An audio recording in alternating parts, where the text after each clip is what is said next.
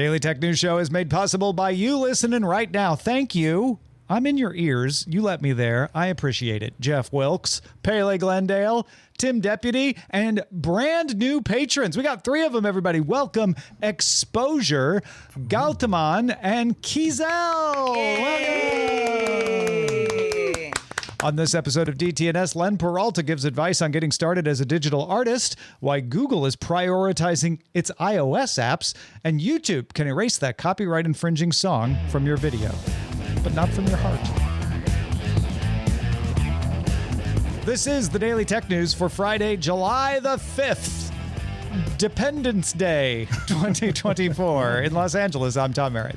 From Studio Animal House, I'm Sarah Lane. Drawing the top tech stories from Cleveland, I'm Len Peralta.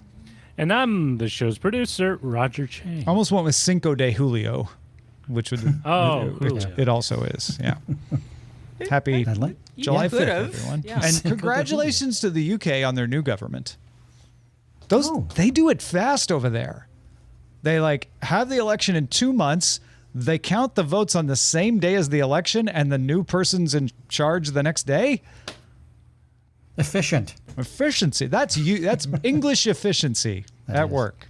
World famous. Scottish and Welsh and Northern Irish and Isle of Man and Guernsey, and the list goes on. All right. Let's start with the quick hits. Epic Games complained to the European Commission that Apple is being arbitrary in rejecting certifications for Epic's third-party app store. In the EU, Apple is required to allow third-party app stores, but can review them to make sure they meet security and other requirements. Epic says Apple has rejected its certification because the install button is too similar to the get button in the Apple App Store, and the in-app purchase label is too similar to Apple's. Now, in response, Apple says the download button that looks too similar, it wants to work with, it says it's the download button that looks too similar, rather, and it wants to work with Epic to resolve the issue since the rest of the design is within the guidelines. So, seems like we're getting somewhere. Apple has already certified Epic's Fortnite to be available as a side-loaded app as well. 11 Labs has reached agreements with multiple estates of celebrities who are dead to be able to use the voices of those dead actors to narrate whatever text you want if you put it in the new Reader app from 11 Labs. All you do is upload a PDF or an EPUB or your email, whatever it is you want to read, whatever text, put it in the app, and you can choose to have one of multiple celebrities read it, including Judy Garland, Sir Laurence Olivier, James Dean, and Burt Reynolds. 11 Labs Reader AI Audio is the name. It's available right now on iOS, and you can sign up for a wait list if you want to get it on Android. A French nonprofit lab called Qt has released a chatbot called Moshi that says it has faster response times than OpenAI's GPT-4o. It released a demonstration to show off its 200 millisecond response. However, Qt notes that it's optimized for speed, not accuracy. So it's kind of just a research prototype at this time. You make your jokes about how isn't that true of all of them, but 200 millisecond response time, that's pretty fast. Usually we're talking seconds for the other ones. Always good to note when a new social app takes off, not because you need to necessarily sign up for it, but so you can understand what folks are talking about if it really gets popular. There is an app called No Place, N-O-P-L-A-C-E, No Place, that has hit #1 on the App Store as of Wednesday. Offers bright, customizable profiles where you can share things like what you're listening to, your relationship status, etc. Kind of reminds folks of early Facebook or MySpace. It focuses on text-based updates, does not support photos or videos, at least not at the moment. The idea is to share what you're currently doing, not talk about things in the past. So the feeds offer you your friends' posts or everyone on the app's post in reverse chronological order. There's no algorithm to how you get the feeds. You're just going to see the latest one. However, you can have a generative model summarize what you've missed since the last time you looked at the app.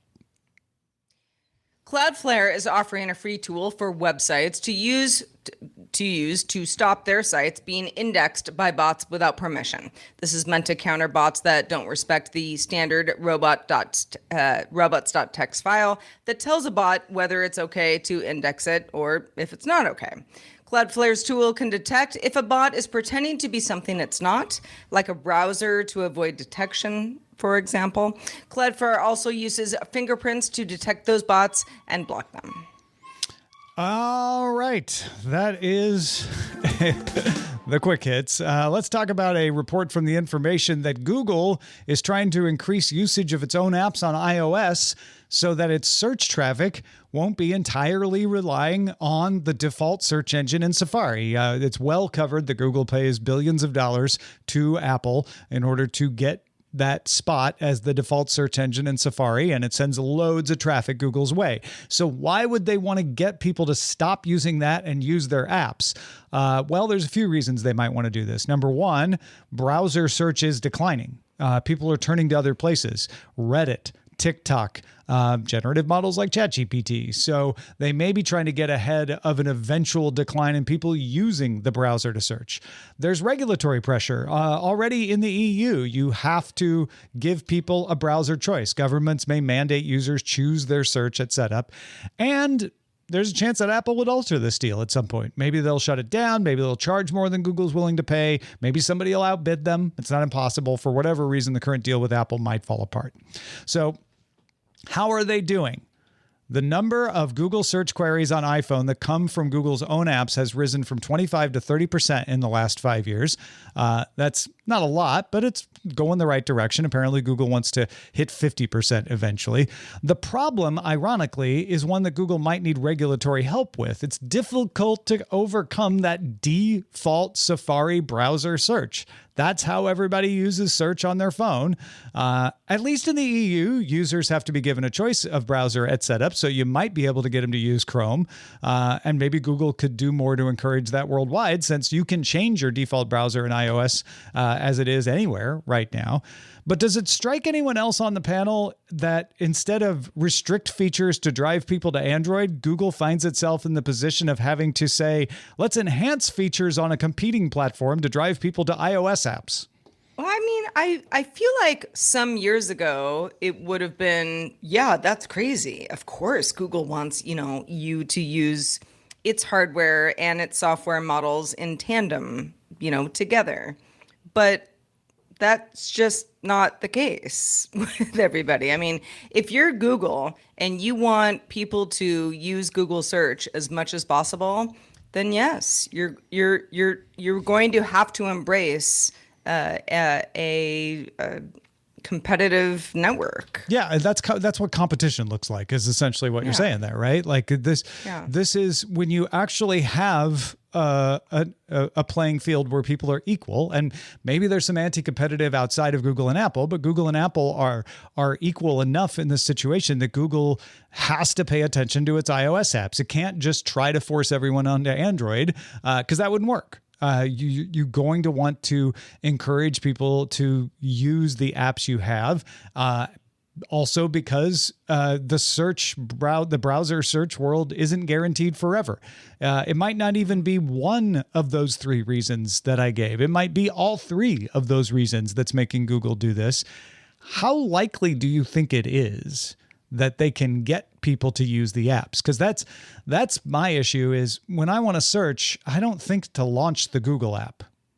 And I know there's things like Circle to Search that are in there that aren't in the browser. On mobile, no. Yeah. There's no way I'm going to do that. I mean, unless, I don't know, something weird happens with my phone, but otherwise, no. I mean, and I use iOS. On desktop, okay. I do find it fascinating that search in general, or at least traditional search, is on the decline.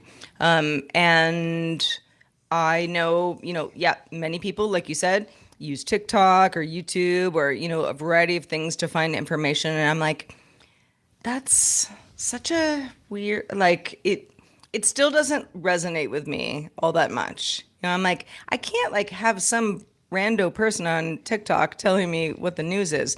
If it's a trusted news source, sure.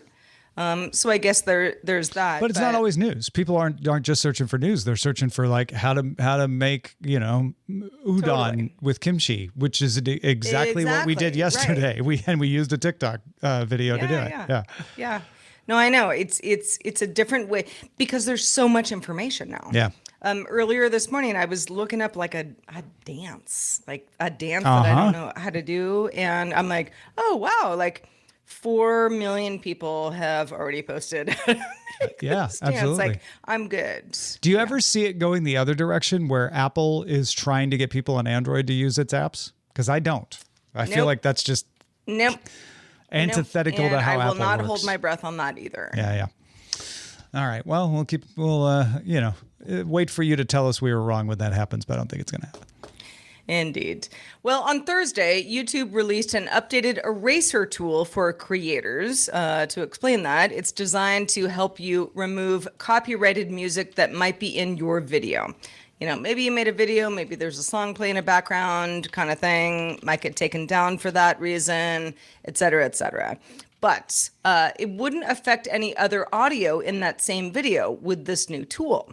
That would be like your dialogue or sound effects or just ambient audio in general. In a video explaining the tool, YouTube said it had been testing it for a while, lackluster results, but a new version is now using an AI-powered algorithm to specifically detect and remove that one song without impacting the other audio in the clip. Maybe it's an hour-long audio clip, and it would be a whole thing for you to take out that song otherwise.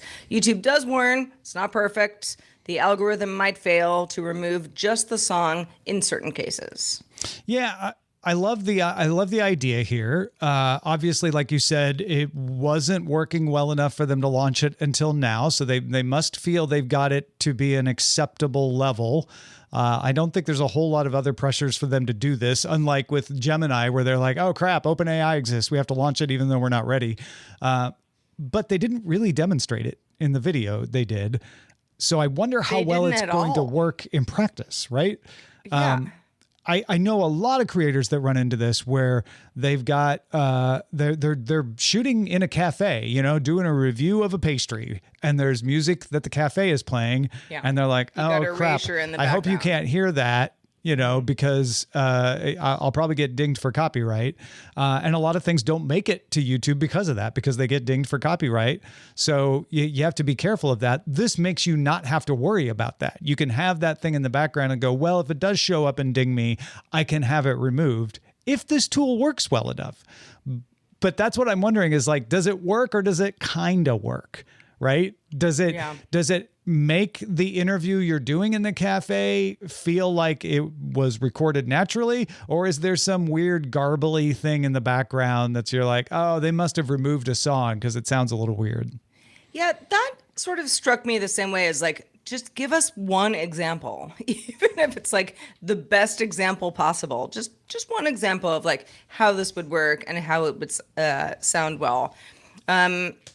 YouTube also says if the tool doesn't successfully remove the claim on a video, then you can choose to mute all sound in the claimed segments, again, where the song or anything copyrighted is heard, trim out the claimed segments, or replace the song option in certain cases. Yeah. Those are those are the things that you could do already. They're like, if it doesn't work, you can still do the old stuff is essentially what they're saying. Right. Yeah. But yeah, and YouTube also says if the removal of the claim of the music does work, then the content ID claim, that's obviously YouTube's system for identifying use of copyrighted content and different clips, that goes away too. So in practice, in theory, this is a great situation for anybody who's, a creator out and about. There's just ambient stuff in the background that you have no control over, or maybe you do, and later on you go, I shouldn't have played that song, that kind of thing. You have options. More options is better if it works. Len, have you ever run into this? Because I know you do videos from time to time. Yeah, I haven't done a video in a while like that. Usually the audio is just music for some of my drawings. But I did do one a couple years ago, and I was doing an explanation, and it was one of those things where like it was Madonna's Holiday was in the background. So I'd like to go back to that video at some point and see how this tool works. Because if it works as well as they purport, Why was Madonna's Holiday in the background? I was, Because he was celebrating. no, I was explaining something. I was, and it was ambient music. But where were you? Where was I? Yeah. I was in Vegas. Oh, okay, okay. You weren't at home just playing No. Holiday in the background by No, accident. I was in one of the casinos. You had no and, control over it. Yeah, I had no okay, control. Gotcha. No, I didn't put Madonna's Holiday on just for the heck of it. Maybe I'll try that to see how it sounds. It sounds to me like it really depends on the on just the file itself. Mm-hmm. And if it's shorter, it works better. But I have a feeling that if it's very clearly like there's my voice and there's the background music in the cafe, that it probably does really well. Sure. If it's Vegas, where you've got Madonna's Holiday and a bunch of people talking and casino ding, noises, ding, ding, ding, ding, ding, Yeah. it probably wasn't going to work as well because it's got too much to sort through. That's just yes, it doesn't search out that song like it doesn't. Do we know if it does that or not? Like it's a. Well, it knows what the song is because the content ID identified it, so it should Because be able to latch onto something that that's song. identified as copyrighted. It's just a question of whether it can take out just that in a way that doesn't garble the rest of it, which is what the algorithm potentially can do, and it should be able to do that. Yeah. I mean, as a creator, and I know those of us who have been in this game for a while, sometimes this happens. Sometimes it's confusing. Sometimes it's kind of obvious why a video got taken down type thing. Even if it was a little wonky, but still the video stayed up, I think that's a good first step for a creator to be like, okay, I used this tool. I did what I could. If it needs to, like, I don't know, the video to be taken down, re-edited, uploaded, well, that would be another thing. But this seems like something that is really handy to have in your back pocket. Yeah. The other thing that's weird is that I used to use a royalty-free music through YouTube, and then eventually sometimes I got a takedown notice because that is not royalty free anymore. Like suddenly, like how do you control? So you that? were using YouTube's provided royalty free music and then got a takedown for the royal. That's Yes. that's very YouTube. Yes, it's very confusing. Yeah, very confusing. But now you'll be able to swap out that for another royalty free piece of music that will last at least every a year. couple years. Yeah, exactly. Well, folks, if you like watching videos on YouTube, you're going to want to watch Tom's Top 5. We put it up as a YouTube short, so it's not going to take up a lot of your day, but it's going to fill those 60 seconds with happiness, especially if you're an open source software fan or cheap, and you just want free stuff that works really well. This week's Top 5 is open source software alternatives. You can catch it at Daily Tech News Show on TikTok, at DTNS Pix, DTNSPIX on Instagram, and youtube.com/Daily Tech News Show. Len, you teach a graphic design class. Am I correct in that? I do, yes. I will be teaching it again in a couple weeks to high school students. Yeah, so you run into parents and students and trying to explain digital art to people a lot. And I know one of the questions you get frequently is, my kid wants to start drawing digitally. What can I do to help them out? Where should they start? So we thought we'd cover some tips for people today of where they should start. What hardware should a starting digital artist go for? Sure. Well, even it's not even kids. Sometimes it's adults who want to know, they want to get into it as well. But the big problem is cost, right? Where do you want to start? Unfortunately, I'm not like really high tech. I mean, I use digital stuff. The big stuff that I use is my Mac and my Cintiq. My Cintiq is an old Cintiq. It's over 12 years old. I think we're going on 15 And for anybody years who old. doesn't know what a Cintiq is. A Cintiq is basically a product made by the company Wacom. and it's a monitor. It's right in front of me here, and I just draw on it. And this is how I do most of my work. For clients, for DTNS, I use it in all kinds of different ways, not only just digital drawing, but also in InDesign, and I use a lot of the Adobe Creative Suite. When I'm not using this big Cintiq, this Wacom, I'm using an Apple Pencil and an iPad Pro. Very, very simple, and I usually tell students or parents of students who want to get into it that they can. It's an investment. You're probably going to spend around $1,500 on that.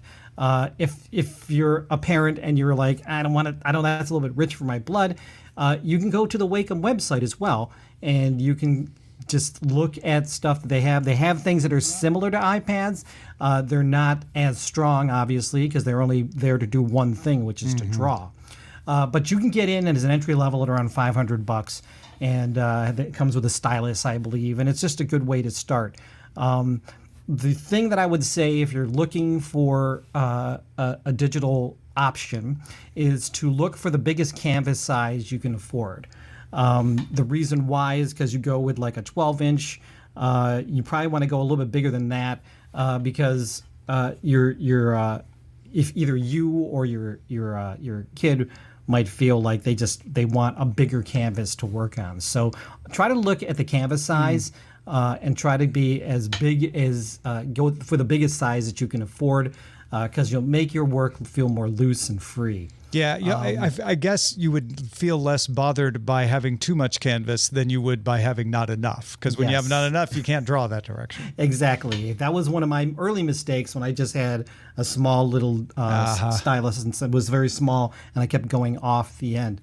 If you go the Apple iPad Pro route, the best software to use would be Procreate. Procreate is I think it's $20. It's not a subscription. Not bad. It's fantastic and it's super powerful. Now, it's not as powerful as the Adobe Creative Suite, which is what I do 90% of my stuff on, is created on Adobe Creative Suite. However, there are a lot of just features on Procreate which are super powerful. You can pretty much do a lot of what you can do on the Creative Suite through Procreate. There are limitations on layer size. So if you're creating a large image and you need to create more layers, you'll meet up with a it'll stop you from adding more. Yeah, they'll stop you from adding more.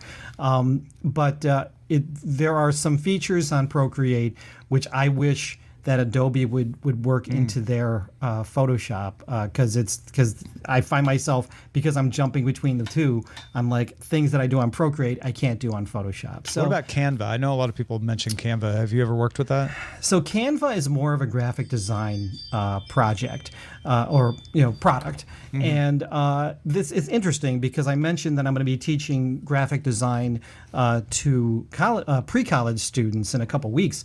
And this is the thing that even just like 2 years ago, I didn't have to really deal with this issue, which is Canva has a lot of AI built into it, and you can just tell it to do something, templates, and it'll just do it for you. So why should you even take a graphic design class? Yeah, right. Well, yeah, that's a huge question. How do you stand out when I, who have admittedly no artistic talent in this direction, could just pick up Canva and be like, make a thing that looks like Len, and then it'll spit it out. Exactly, and that's the issue. And what I tell my students and how they can stand out is I always tell them to don't sweat the workflow. Okay, like don't worry so much about, I don't know how to use this program, I really am bad at it, or I really don't feel comfortable doing this. Don't worry about that. Don't sweat that. Worry instead about and focus on the conceptual part. AI is moving fast. However, conceptually, the ideas and everything like that are still what's going to have you stand apart from AI and everything else that is being made. That's what will give you the edge over the rest of the people in your field. It sets you apart from that crowd because the ideas, the conceptual portion of it is the important part. So I always tell my students, and this is what I plan on telling them, is it really is about your own ideas, your concepts. Focus on that, and I think you'll become a better designer, a better illustrator, a better whatever it is that you want to become. So I like that. Don't sweat the what did you say? Don't sweat the workflow. The workflow, because basically what you're saying is, learn the tools you need to learn. The tools are getting easier all the time. Yeah. It's knowing what you want to put on the page that's the hard part. Exactly. Yeah. And I use the example of doing stuff for DTNS, which is, I create usually a piece of art in about an hour. The only reason I know that is because I know the workflow pretty well. And then I can concentrate on the ideas and everything else. And so that's what I feel new designers and new illustrators should focus on. Yeah, that's good stuff. Thank you, Len. We'll check back to find out what you did illustrate on today's show after we look at the mailbag. We got a good one from Chris in Nova Scotia, an art teacher, who writes, I really enjoyed your conversation on AI use in grading on Wednesday's show. We were talking about grading school papers and projects and the like. Chris says, I teach high school art, and I really appreciated Scott's perspective on how he could see these tools being used in an art classroom. My district discourages us from using AI tools for grading, citing privacy issues with feeding student work into an AI model. But we're very positive on AI as a whole. Our district will even purchase ChatGPT Plus for teachers who want it, using funds that traditionally were reserved for textbooks. Chris says, personally, I now view tools like ChatGPT as an essential part of my job. It's exceptional at helping me understand design projects that meet my learning outcomes and in new and creative ways, incredible at generating assessment rubrics. So even without using AI to grade work, I still reap the time-saving benefits of these tools when it comes to planning. And you're all correct. Any time saved in planning and grading is time spent making things better for students. I am a better teacher because of ChatGPT. Interesting. Yeah. I thought as a fellow teacher creator that you'd find that email interesting, Len. Yeah, I have a love-hate relationship with AI. I see sort of the dangers that maybe, especially for young students who are learning it, but I also use it myself in order just to kind of get just to start the juices flowing, the creative juices flowing. One thing that happened, I haven't taught for a year at the collegiate level. However, at that point, there were students who were using AI, and I had to tell them, as long as you're using it to generate ideas, like you're concepting, that's okay. Don't let it do your work for you. Yeah. So there's a place for it. Because their work will be better than the end result that it sticks out. I would expect. One would hope. Yeah. One would hope. Another thing for Chris to realize, some of those products that we talked about when we were discussing that Wall Street Journal article earlier this week, avoid the privacy issues that ChatGPT has. Because I understand why a school district would say, do not put student information into ChatGPT. But these products are made specifically, kind of like medical AI products are made to comply with HIPAA. These products are made specifically to comply with privacy requirements from school districts. So you might want to take a look at that. Well, thank you, Len, for being with us today. If you have anything else you would like to tell us about, a drawing you made of today's topic, yes. Go ahead. Let us know. It's interesting.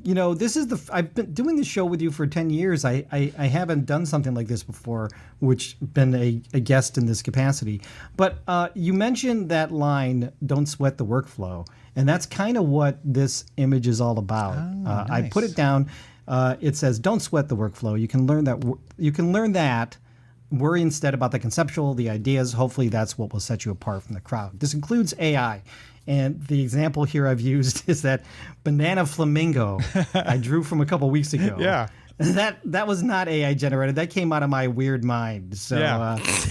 And so the drawing is of I you assume coming up this with is the AI you. flamingo. Yeah, or Yeah. the, Because the- you're wearing the same T-shirt. I am. Yes, the painted there's pickle. Yes. Yeah. It is. It's actually There's happened. It's many real time. nuances. I mean, if here. you want to see how Len sees himself creating, this is your chance to do it. That's great. I love this. Crazy. Thank you.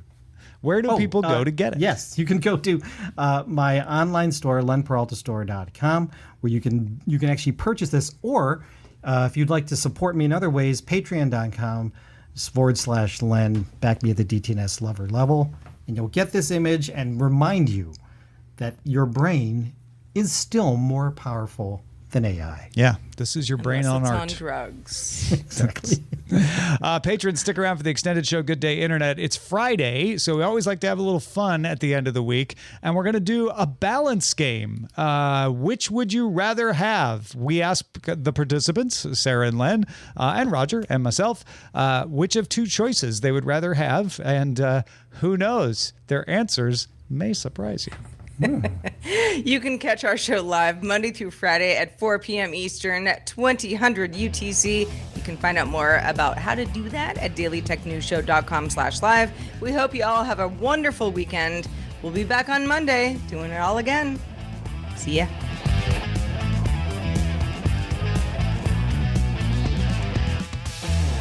This week's episodes of Daily Tech News Show were created by the following people: host, producer, and writer Tom Merritt, host, producer, and writer Sarah Lane, executive producer and booker Roger Chang, producer, writer, and co-host Rob Dunwood, video producer Joe Kuntz, producer at large Anthony Lemos, Spanish language host, writer, and producer Dan Campos, science correspondent Dr. Nikki Ackermans, social media producer and moderator Zoe Detterding, our mods Beatmaster W. Scottus 1, BioCow, Captain Kipper, Steve Guadarrama, Paul Reese, Matthew J. Stevens, aka Gadget Virtuoso, and JD Galloway. Mod and video hosting by Dan Christensen. Music and art provided by Martin Bell, Dan Luders, Mustafa A, Acast, and Len Peralta. Live art performed by Len Peralta. Acast ad support from Tatiana Matias. Patreon support from Tom McNeil. Contributors for this week's shows included Chris Christensen and Scott Johnson. Our guest this week was David Spark. And thanks to all the patrons who make the show possible.